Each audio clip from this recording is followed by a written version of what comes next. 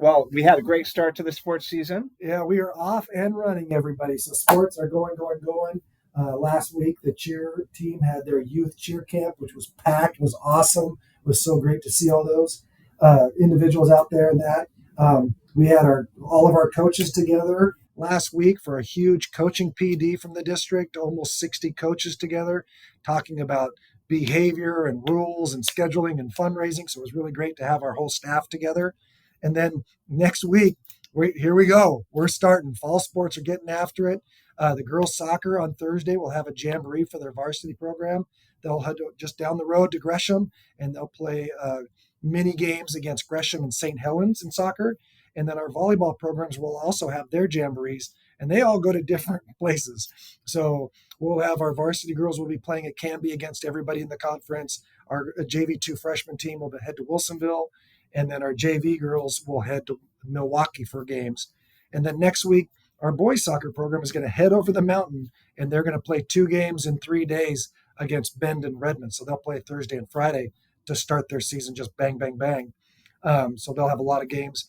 And then our girls soccer next Friday, they'll have a jamboree on Thursday. And then their first home game is against Estacada, a non-league game. Those are both going to be home varsity and JV. Those will take place on the turf. And on Friday, our football program will head down to Corvallis for a jamboree. So last year we didn't get in a jamboree, so it was really great to be able to add a jamboree kind of late in the season. So again, soccer at home on Friday, 7:30 varsity start. So we're excited about that. Coach Gabby out there with her team and Coach Carrie Ann. That's going to be exciting to get them going. And then the next week school starts, and we have after-school practices and some craziness. And the one thing that we are going to add, we're going to send some stuff out through Synergy and through our social media. We're going to have another dance tryouts for the high C's. So that's going to happen on September 11th. Look for more information both in your school Synergy emails and on the sports Instagram. And then next week we'll all have to have a flyer that we can post up into our weekly videos. So look for that. Again, Coach Annie's looking for some more dancers. So. All right, and then I know because I'm a parent and we have parent night coming up to get more information. That is right. So Tuesday the 27th is parent night at 6:30.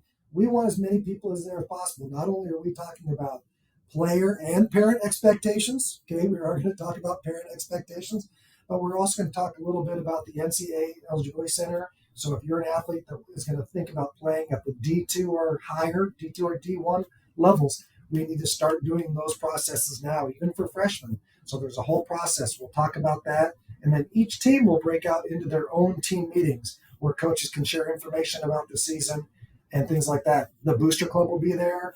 A lot of our budget is supplemented with the Booster Club. So we want as many people interested in helping out the Booster Club. And we'll also be selling league passes to get into sporting events and things like that. So again, 6:30 in the auditorium.